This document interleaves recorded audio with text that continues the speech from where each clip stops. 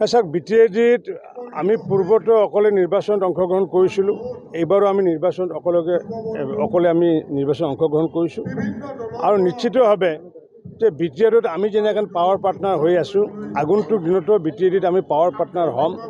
আমাৰ চৰকাৰ থাকিব, মৰ্চাৰ চৰকাৰ থাকিব, কিন্তু কাৰ লগত থাকিব আমি সেই কথা এতিয়া ক'ব নোৱাৰোঁ।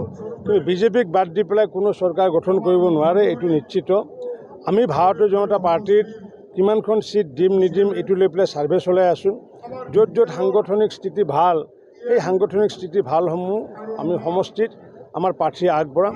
আৰু মই নিশ্চিত পূৰ্বৰবাৰো মই সভাপতি দায়িত্ব থাকি কৈছিলোঁ যে BTADত পাৱাৰ পাৰ্টনাৰ হ'ম আৰু এইবাৰো BTADত পাৱাৰ পাৰ্টনাৰ হ'ম নিশ্চিত।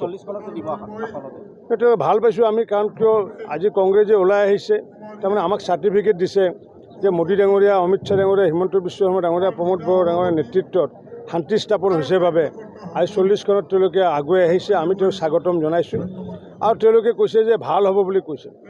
ভাল হ'ব বুলি যিটো কথাষাৰ কৈছে, এতিয়া তেওঁলোকে বাহিৰত থাকি পেলাই কৈছে ভাল হ'ব, আৰু আমি ভিতৰত থাকি পেলাই কৈছোঁ আমাৰ নিশ্চিত ওপৰত ভাল হ'বগৈ।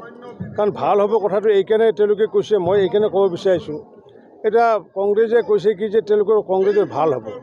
এতিয়া ভাল হ'ব বেয়া হ'ব শব্দটো কেতিয়া আহে? একজন পেচেণ্ট, তেওঁক যদি আমি প্ৰথমতে কি কৰোঁ, চকুটো চাওঁ, চকুটো চোৱাৰ পিছততো জিভাখন চাওঁ, তাত তেওঁ টনচিল আছে নে চাওঁ, হাৰ্টবিট চাওঁ, আৰু সেইবিলাক চোৱাৰ পিছত আমি আকৌ চিকিৎসা কৰি পেলাই ঘৰত নি পেলাই আমি পৰিয়ালক কৈ আহোঁ যে ৰোগীজন ভাল হ'ব। আৰু কংগ্ৰেছে কি কৰিলে, না কাণ চালে, না চকু চালে, না জিভা চালে, না টনচিল চালে, না হাৰ্টবিট চালে, না থেটিস্কোপ চালে, ৰোগীজন নোচোৱাকৈ তেওঁলোকে কৈ দিলে ভাল হ'ব বুলি কৈ দিলে। তেওঁলোকৰ ভাল হ'ব তেনেকুৱা, আৰু আমাৰ ভাল হ'ব মানে আমি ওতঃপ্ৰোতভাৱে যিহেতু BTADত জড়িত হৈ আছোঁ। আৰু কংগ্ৰেছে আহে শাসনত কিহৰ কাৰণে? ক্ষমতাৰ বাবে আহে। আমি আহোঁ শাসনত, আহোঁ সেৱাৰ বাবে। গতিকে এই সেৱামূলক কাৰ্য যিহেতু আমি কৰি আহিছোঁ, নিশ্চিত ওপৰত BTAD-বাসী ৰাইজে আমাকে আগন্তুক দিনত ভাৰতীয় জনতা পাৰ্টীকে আমাক সমৰ্থন জনাব।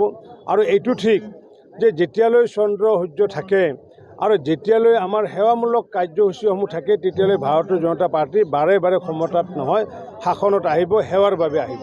AGPও কিন্তু খেলিব, খেলক, আমাৰ কথা নাই। এতিয়া আমি কৈছে আমিতো নেখেলোঁ, আমি ইয়াতে BTADত এখন চিটো নেখেলোঁ, আমি যুঁজিম।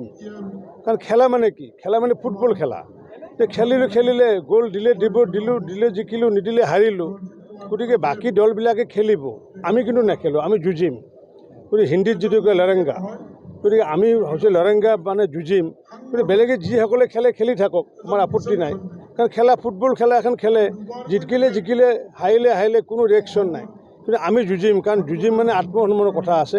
গতিকে বাকী দলে ইলেকশ্যন খেলিব আৰু আমি ইলেকশ্যন যুঁজিম। মথনগুৰি সমষ্টি অৰ্থাৎ মথনগুৰি মণ্ডলৰ উদ্যোগত বাস্কা জিলা ভাৰতীয় জনতা পাৰ্টীৰ সহযোগত আমাৰ মথনগুৰি মণ্ডলৰ জাকলিপাৰ গাঁৱৰ এই স্থানত 580জন বিভিন্ন দলৰ কৰ্মী, কাৰ্যকৰ্তা, সমাজৰ মুৰব্বী, কেইবাটাও NGOৰ সভাপতি, সম্পাদক, সমন্বিত সদস্যসকল আজি ভাৰতীয় জনতা পাৰ্টীৰ প্ৰতি আকৃষ্ট হৈ আনুগত্য স্বীকাৰ কৰি তেওঁলোকে ভাৰতীয় জনতা পাৰ্টীত যোগদান কৰিলে।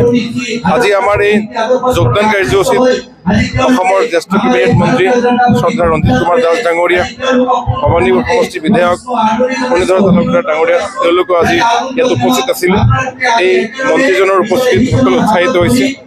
আগন্তুক দিনত মথনগুৰি মণ্ডল BJP অৰ্থাৎ মথনগুৰি সমষ্টিৰ BJP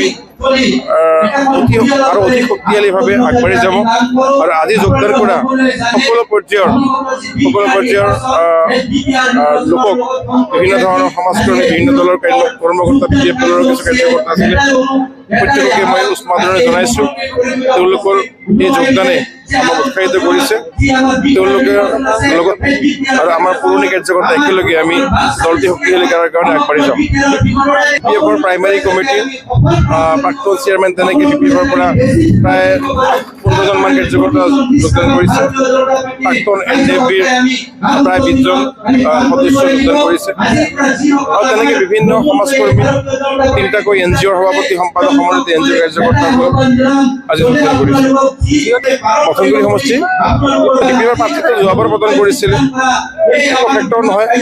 এতিয়া আপোনালোকে জানে যে BPF-ৰ সাংগঠনিক স্থিতি তেনেই দুৰ্বল ভিত্তিআৰত, আৰু মথনগুৰিতো যোৱাকালি BPF-এ আমাৰ BJP প্ৰাৰ্থী মই নিজে আছিলোঁ, মোতকৈ 5,124টা ভোটৰ কম পাইছিলে, তাতকৈ মোৰ আছিলে ভালে এটা মানে ব্যৱধান আছিলে। গতিকে